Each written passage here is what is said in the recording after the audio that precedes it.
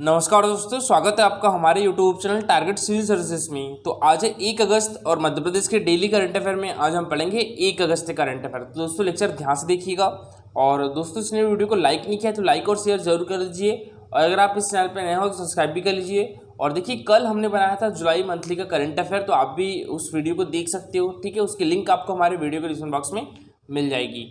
देखिए दोस्तों, सबसे पहले मैं आपको बता दूं, ये है हमारा टेलीग्राम चैनल। इस पर डेली 20 क्वेश्चन का क्विज होता है, जिसमें 10 क्वेश्चन जो रहते हैं वो मध्य प्रदेश जीके से रहते हैं, जो कि प्रीवियस ईयर एग्जाम में पूछे भी जा चुके हैं। 5 क्वेश्चन एमपी करंट अफेयर से रहते हैं और 5 क्वेश्चन नेशनल करंट अफेयर से रहते हैं। तो आप भी इस क्विज में पार्टिसिपेट कर सकते हो। इस टेलीग्राम चैनल की लिंक आपको हमारे वीडियो के डिस्क्रिप्शन बॉक्स में मिल जाएगी। चलिए दोस्तों, सबसे पहले कर लेते हैं, हमने जो कल करंट अफेयर पढ़े थे उसका रिवीजन, उसके बाद हम स्टार्ट करेंगे आज के करंट अफेयर। तो कल के करंट अफेयर में पहला क्वेश्चन था हमारा, स्तनपान को प्रोत्साहित करने और दुनिया भर के शिशुओं के स्वास्थ्य में सुधार लाने के लिए हर वर्ष कब से कब तक की विश्व स्तनपान सप्ताह मनाया जाता है। तो ये 1 अगस्त से 7 अगस्त तक की मनाया जाता है, ठीक है। और ये कब से स्टार्ट हुआ था, तो ये 1 अगस्त 1991 से स्टार्ट हुआ था। और इसके द्वारा मनाया जाता है, तो मनाया जाता है WABA के द्वारा, यानी world alliance for breastfeeding action, ठीक है। नेक्स्ट क्वेश्चन था हमारा, मध्य प्रदेश में मनरेगा योजना के प्रभावी क्रियान्वयन के लिए कौन सा मोबाइल ऐप का उपयोग प्रारंभ किया गया है। तो ये मोबाइल मॉनिटरिंग सिस्टम ऐप और एरिया ऑफिसर ऐप दोनों। तो इसका आंसर क्या हो गया था, ऑप्शन नंबर सी, ठीक है। और मनरेगा का फुल फॉर्म क्या होती है, Mahatma Gandhi national rural development guarantee act. ये एक्ट 2005 है, ठीक है। और ये पास कब हुआ था, तो 2006 में पास हुआ था। देखिए जब ये एक्ट बना था तब इसका नाम क्या था, नरेगा था, यानी national rural employment guarantee act था। 2010 में इसका नाम चेंज करके क्या कर दिया गया था, मनरेगा कर दिया गया था, यानी Mahatma Gandhi national rural employment guarantee act. Next question था हमारा, संस्कृति विभाग के आचार्य शंकर सांस्कृतिक एकता न्यास द्वारा 31 जुलाई 2021 को शंकर वेबिनार का वर्चुअल आयोजन किया जा रहा है। तो कौन सा आयोजन किया जा रहा है, तो ये 34वां आयोजन किया जा रहा है, ठीक है। तो इसका आंसर हो जाएगा option number D. Next question था हमारा, हाल ही में किस राष्ट्रीय उद्यान को कंजर्वेशन एश्योर्ड टाइगर स्टैंडर्ड प्रमाण पत्र से सम्मानित किया गया है। तो ये पन्ना टाइगर रिजर्व को। और दोस्तों पन्ना टाइगर रिजर्व की बात करें तो ये हमारे मध्य प्रदेश के पन्ना तथा छतरपुर दोनों डिस्ट्रिक्ट में आता है और इसकी स्थापना कब हुई थी, 1981 को हुई थी, ठीक है। बात करें यहाँ पर कूनो टाइगर रिजर्व की, तो देखिए इसकी स्थापना जो हुई थी वो 1983 में हुई थी। और ये किस डिस्ट्रिक्ट में आता है, तो ये श्योपुर और मुरैना दोनों डिस्ट्रिक्ट में आता है। और कूनो टाइगर रिजर्व हमारे मध्य प्रदेश का 12वां टाइगर रिजर्व भी है। देखिए इससे टाइगर रिजर्व कब घोषित किया गया था, तो ये किया गया था 2018 में। बांधवगढ़ टाइगर रिजर्व हमारे मध्य प्रदेश के उमरिया डिस्ट्रिक्ट में आता है और इसकी स्थापना कब हुई थी, 1968 में हुई थी, ठीक है। और संजय डुबरी टाइगर रिजर्व ये मध्य प्रदेश के सीधे डिस्ट्रिक्ट में है और इसकी स्थापना भी कब हुई थी, 1981 में हुई थी, तो याद रखिएगा। और देखिए दोस्तों, अभी भारत के 14 बाघ अभ्यारण्यों को जो वैश्विक संरक्षण मानकों यानी ग्लोबल कंजर्वेशन स्टैंडर्ड्स की मान्यता प्राप्त है।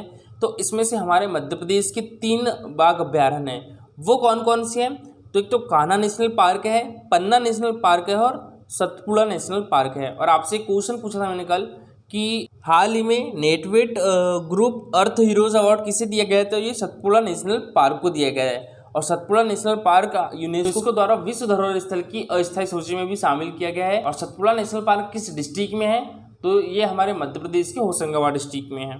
चलिए दोस्तों, अब स्टार्ट करते हैं हम आज के करंट अफेयर। तो आज के करंट अफेयर में पहला क्वेश्चन है हमारा, हाल ही में मंत्री इंदर सिंह परमार ने किस डिस्ट्रिक्ट में टेरेस गार्डन प्राकृतिका का लोकार्पण किया है। तो ये किस डिस्ट्रिक्ट में किया है, तो ये क्या है, हमारे मध्य प्रदेश की राजधानी भोपाल में।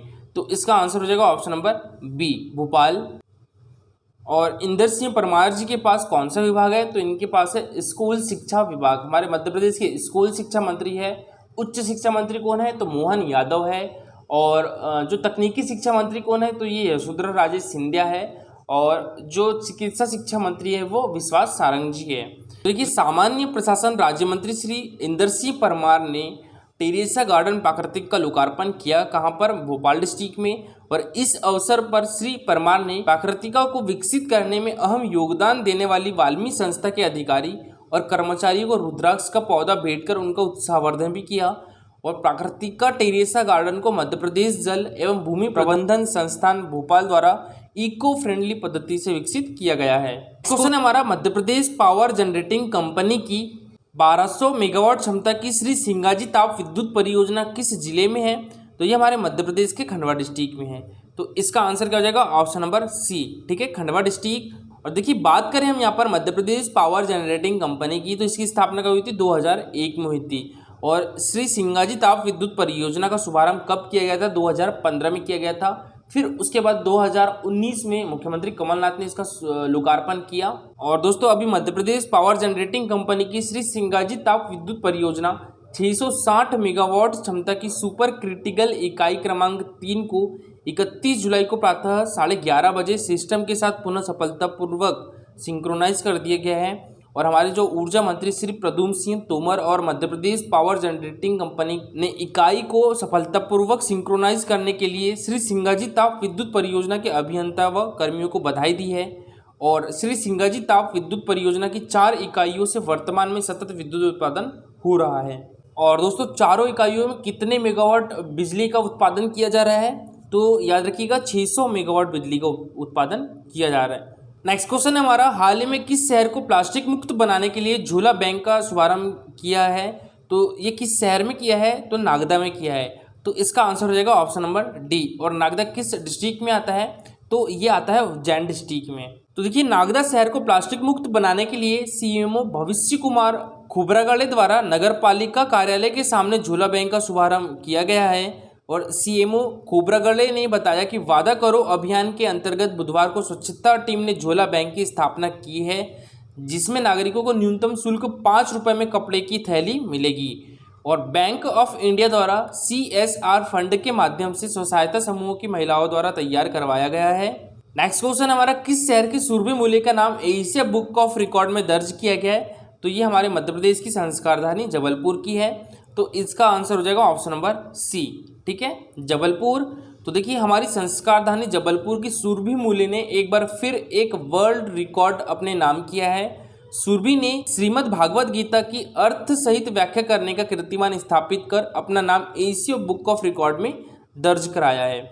और इसी से पहले उनका नाम इसी काम के लिए इंडिया बुक ऑफ रिकॉर्ड में भी दर्ज कराया गया था।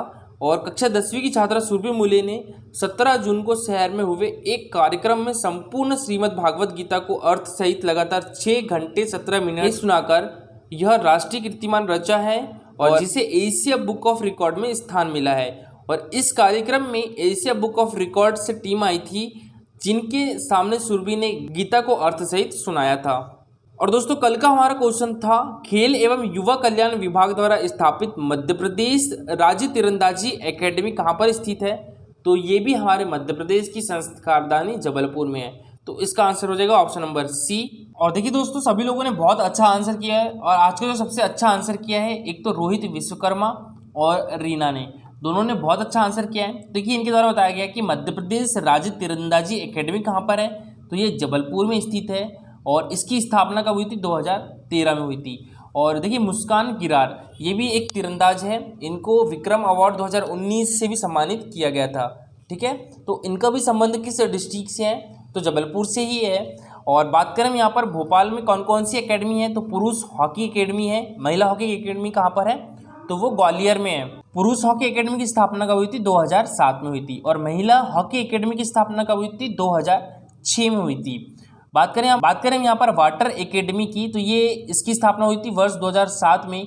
और शूटिंग एकेडमी की स्थापना कब हुई थी? 2007 में हुई थी। मार्शल आर्ट एकेडमी की स्थापना भी 2007 में हुई थी। घुड़सवारी एकेडमी की भी स्थापना 2007 में हुई थी। और एथलेटिक्स एकेडमी की भी स्थापना कब हुई थी? 2016 में हुई थी। और नेशनल सेलिंग स्कूल की स्थापना कब हुई थी? वर्ष 2006 में हुई थी। और ये सारी एकेडमी कहाँ पर है? तो ये हमारे मध्य प्रदेश की राजधानी भोपाल में है, ठीक है।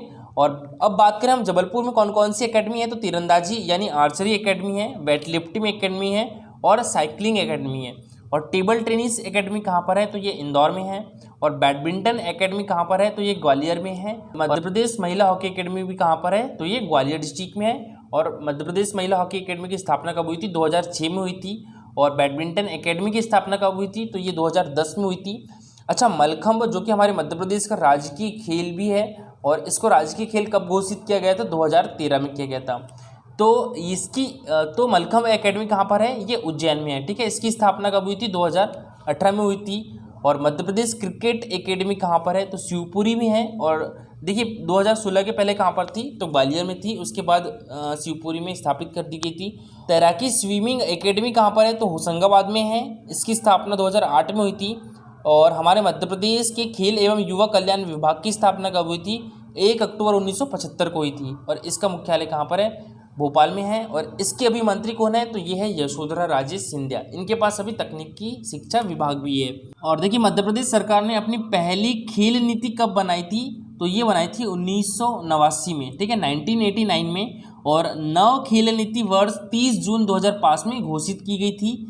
और नव खेल नीति 2005 में मध्य प्रदेश राज्य क्रीड़ा परिषद को समाप्त कर दिया गया है और उसके स्थान पर मध्य प्रदेश राज्य खेल प्राधिकरण लाया गया। और मध्य प्रदेश के इंदौर को खेल की राजधानी भी कहा जाता है। और देखिए मध्य प्रदेश सरकार द्वारा विश्वामित्र पुरस्कार खेल प्रशिक्षकों को दिया जाता है और ये MPPSC 2020 में पूछा भी जा चुका है दोस्तों। और देखिए आज के लिए आपका क्वेश्चन है, MPPSC 2020 में आया था ये, मध्य प्रदेश जनजाति संग्रहालय किस शहर में अवस्थित है? इंदौर, भोपाल, रतलाम या छिंदवाड़ा?